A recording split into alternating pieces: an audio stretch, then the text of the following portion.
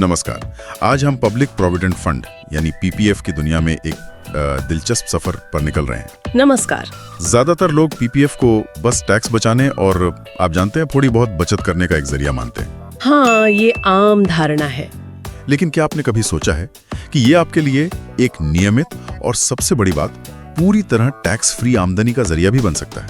बिल्कुल बन सकता है। थोड़ी प्लानिंग और सब्र चाहिए बस। आज हम इसी पहलू को खंगालेंगे।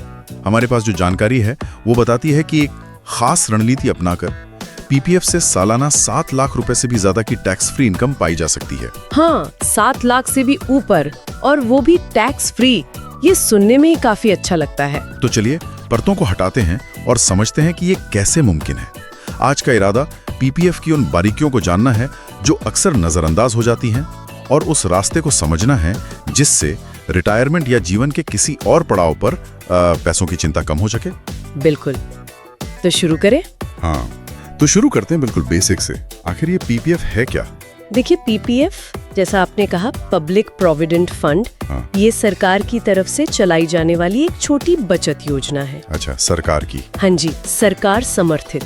आप इसे भविष्य के लिए पैसा जोड़ने का एक बेहद सुरक्षित और भरोसेमंद तरीका मान सकते हैं, क्योंकि इस पर सरकार की गारंटी होती है। मतलब पैसे डूबने का खतरा नहीं? बिल्कुल नहीं।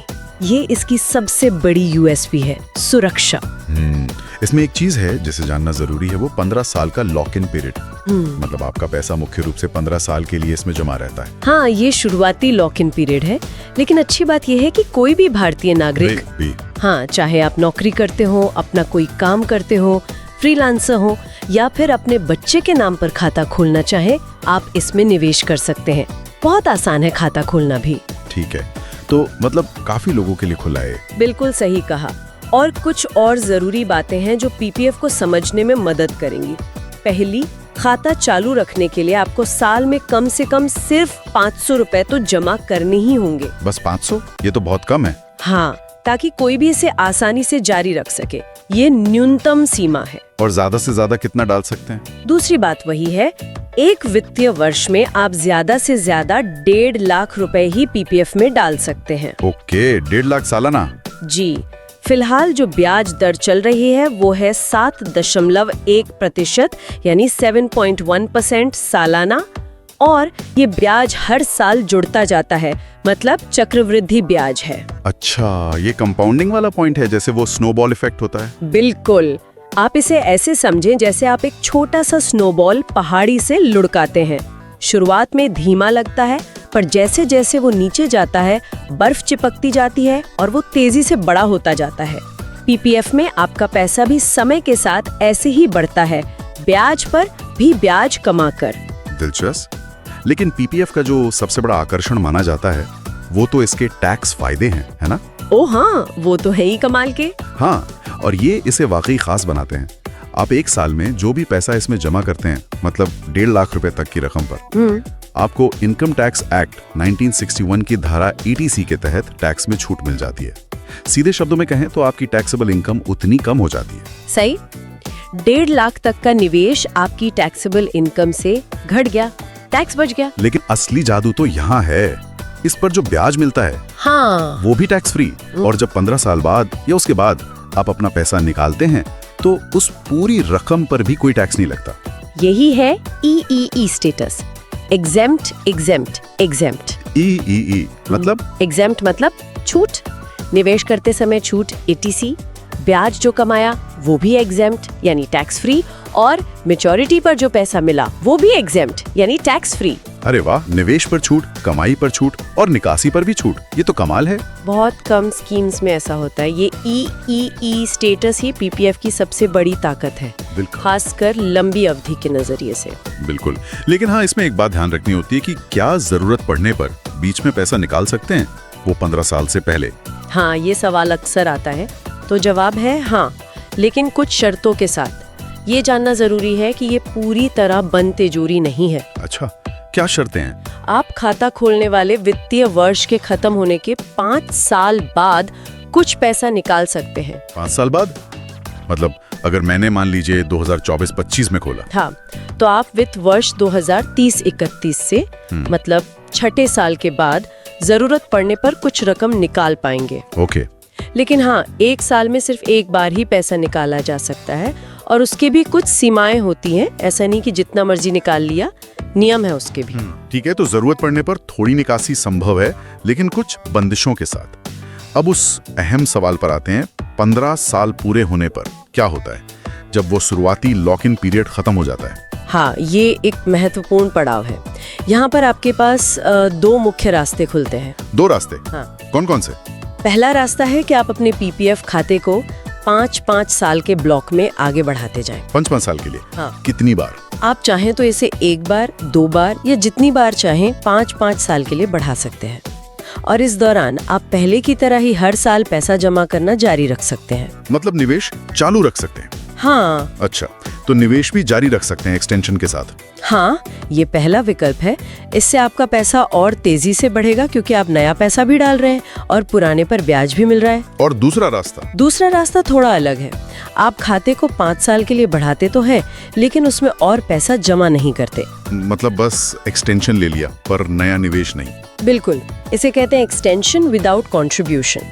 इस स्थिति में भी आपके खाते में जो पहले से जमा रकम है उस पर सरकार की तय दर से ब्याज मिलता रहेगा और वो ब्याज भी टैक्स फ्री होगा। ओह, ये भी बढ़िया है।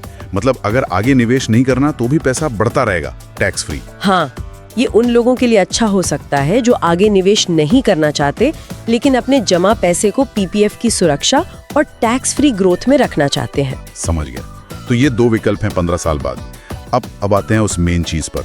वो जो शुरू में बात हुई थी, सालाना 7 लाख रुपए से ज्यादा की टैक्स फ्री इनकम, वो कैसे मुमकिन होगी? असली कहानी तो अब शुरू होती है ना? हाँ, बिल्कुल।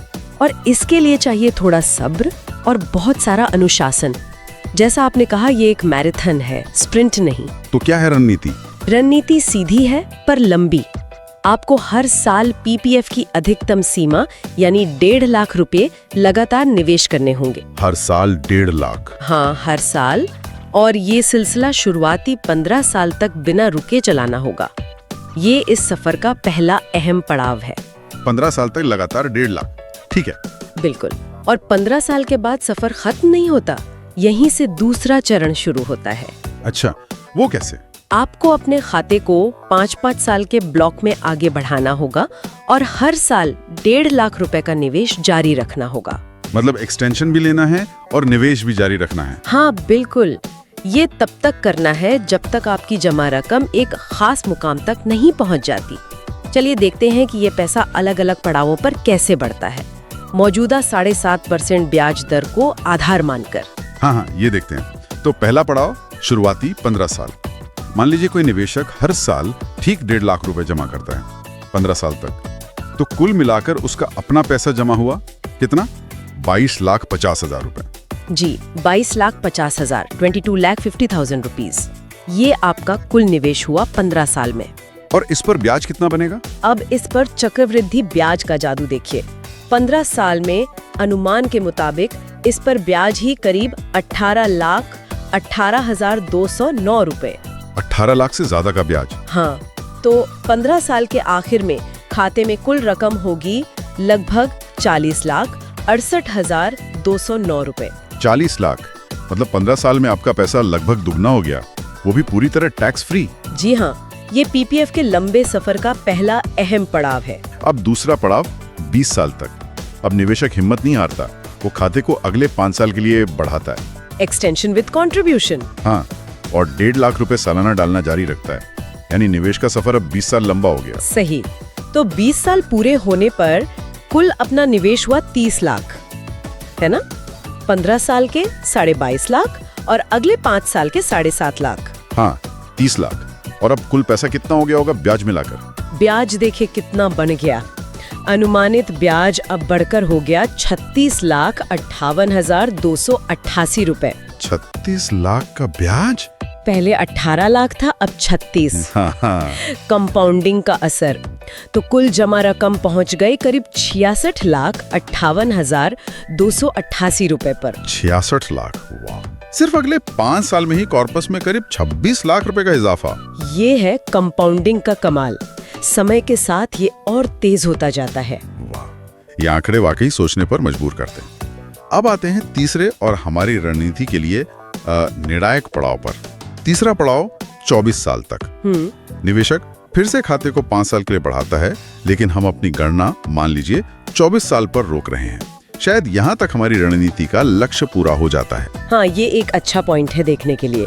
तो मान लेते हैं कि निवेशक 24 साल तक हर साल 1.5 लाख रुपए का निवेश जारी रखता है। तो अब तक कुल कितना निवेश हो गया 24 साल में? 24 साल पूरे होने पर कुल अपनी जेब से लगाया गया पैसा होगा 36 लाख रुपए। 36 लाख, ठीक है। और अब जादू दिखाइए ब्याज का। हाँ, अब देखिए चक्रवृद्धि ब्याज की असली ताकत।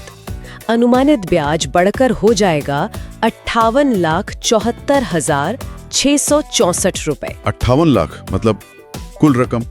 कुल जमा रकम पहुंच जाएगी लगभग 94,74,664 रुपए पर। 94,75,000 के करीब, लगभग 1 करोड़। हाँ जी, सोचिए जितना पैसा लगाया 36 लाख, उससे कहीं ज्यादा तो सिर्फ ब्याज ही कमा लिया, लगभग 58-59 लाख, वो भी टैक्स फ्री। कमाल है, लगभग 95 लाख रुपए। ये तो जबरदस्त रकम है। और यहीं से हमारी वो नियमित आय वाली कहानी शुरू होती है ना? बिल्कुल, यही वो मुकाम आता है। बिल्कुल। 24 साल के इस अनुशासित निवेश के बाद जब पीपीएफ खाते में करीब 94,75,000 रुपए जमा हो जाते हैं, तब आप एक अहम फैसला ले सकते हैं। हाँ, अब रणनीति बदल सकते हैं। अब आप चाहें तो इस खाते में और पैसा डालना बंद कर दें। आप खाते को एक्सटेंड करें, लेकिन बिना योगदान वाले विकल्प के साथ, एक्सटेंशन विदाउट कंट्रीब्यूशन। सही। और अब आता है वो पल जिसका इंतजार था। आप इस बड़ी जमा रकम पर हर साल मिलने वाले ब्याज को निकालना शुरू कर सकते हैं। जी हाँ, ये बन जाएगी आपकी नियमित टैक्स फ्री आय, है ना? बिल्कुल सही। और गणित देखें तो मौजूदा 7.11% ब्याज दर के हिसाब से इस 94,75,000 रुपए की रकम पर साल का ब्याज बनता है करीब 7,89,555 रुपए। 7,89,000 मतलब लगभग 7.9 लाख रुपए सालाना। हाँ, ये सालाना 7 लाख रुपए से काफी ज्यादा है, जैसा हमने शुरू में अंदाजा लगाया था। और ये टैक्स फ्री पूरा। अगर इसे महीने के हिसाब से देखें तो ये करीब 56,058 रुपए हर महीने बैठता है। हर महीने 56,000 टैक्स फ्री। और फिर से याद दिला दूं, ये पूरी की पूरी इनकम जो आपको ब्याज के रूप में मिल रही है 100% टैक्स फ्री होगी। वाह। आपका मूलधन यानी वो लगभग 9.5 लाख रुपए खाते में सुरक्षित रहेगा और उस पर आगे भी ब्याज मिलता रहेगा जब तक पीपीएफ पर ब्याज मिलता है सरकार की तरफ से, जब तक आप उसे निकालते नहीं। तो ये उन लोगों के लिए बेहतरीन है जो रिटायरमेंट में एक निश्चित और सुरक्षित आय चाहते हैं। कोई टेंशन नहीं। बिल्कुल, guaranteed return, tax free income और मूलधन भी सुरक्षित। तो इस पूरी चर्चा का सार क्या निकलता है? मतलब क्या टेक अवे है? सार यही है कि अगर आप लंबी अवधि, मान लीजिए करीब 24 साल तक अनुशासन के साथ पीपीएफ में हर साल अधिकतम संभव रकम निवेश करते हैं, हाँ, वो 1.5 लाख वाली बात जी, और फिर सही समय पर खाते को बिना योगदान के विकल्प के साथ बढ़ाते हैं, तो आप अपने लिए एक अच्छी खासी नियमित और पूरी तरह टैक्स फ्री आय का इंतजाम कर सकते हैं। सही। महत्वपूर्ण बात यह है कि इसमें 2 चीजें मिलकर काम करती हैं। एक तो चक्रवृद्धि ब्याज की ताकत जो समय के साथ आपके पैसे को तेजी से बढ़ाती है। हाँ, वो स्नोबॉल वाला इफेक्ट। बिल्कुल। और दूसरा पीपीएफ का अनोखा टैक्स फ्री स्टेटस EEE, ये दोनों मिलकर इसे एक बेहद आकर्षक रणनीति बनाते हैं। लेकिन इसमें सब्र चाहिए, है ना? 24 साल लंबा समय है। हाँ, ये सच है कि इसमें सब्र चाहिए और ये उन लोगों के लिए ज्यादा उपयुक्त है जो लंबी अवधि की योजना बना रहे हैं और जिन्हें बाजार के उतार चढ़ाव से पूरी तरह सुरक्षित गारंटीड रिटर्न वाली आय चाहिए। मतलब जो रिस्क नहीं लेना चाहते उनके लिए बेस्ट है। हाँ, कह सकते हैं। शायद इक्विटी म्यूचुअल फंड लंबे समय में इससे ज्यादा रिटर्न दे दें, पर क्या वो इतनी ही गारंटी और टैक्स फ्री इनकम दे सकते हैं? नहीं, वो गारंटी तो नहीं होती और टैक्स भी लगता है। यही पीपीएफ का यूनिक सेलिंग पॉइंट है, गारंटी, सुरक्षा और टैक्स फ्री रिटर्न का एक सीधा साधा जरिया लगता है। सही प्लानिंग, धैर्य और लगातार कोशिशों से एक नियमित टैक्स फ्री आय देने वाली मशीन में बदल सकता है। लगभग 25 साल की मेहनत के बाद सालाना करीब 8 लाख रुपए के आसपास की टैक्स फ्री इनकम, ये रिटायरमेंट प्लानिंग या आर्थिक आजादी के लक्ष्य के लिए वाकई जबरदस्त है। ये उदाहरण सच में दिखाता है कि लंबे समय तक टिके रहने, अनुशासन बनाए रखने और चक्रवृद्धि ब्याज के सिद्धांत को काम करने देने का नतीजा कितना शानदार हो सकता है। ये उन निवेशकों के लिए एक मजबूत स्तंभ बन सकता है जो अपने निवेश में स्थिरता और सुरक्षा को प्राथमिकता देते हैं। बिल्कुल। और जाते जाते हमारे श्रोताओं के लिए एक सवाल छोड़ जाते हैं जिस पर वो सोच विचार कर सकते हैं। हमने देखा कि कैसे पीपीएफ में चक्रवृद्धि ब्याज और टैक्स छूट मिलकर कमाल करते हैं। क्या निवेश की दुनिया में और भी ऐसे लंबी अवधि के विकल्प हैं जो शायद इसी तरह की या इससे भी ज्यादा तेज रफ्तार से आपके पैसे को बढ़ा सकें? अच्छा सवाल है। और अगर हैं तो उनमें टैक्स के नियम पीपीएफ से कितने अलग हैं, और सबसे जरूरी बात, उनमें जोखिम कितना जुड़ा हुआ है? इस पर सोचिएगा जरूर। बिल्कुल, हर निवेश की अपनी खासियत और अपने जोखिम होते हैं, तुलना करना जरूरी है। If you found this video valuable, please hit the like button and subscribe to the channel and set the bell icon to all for notifications. Feel free to leave a respectful comment. Vulgar or inappropriate comments will be blocked. See you in the next video.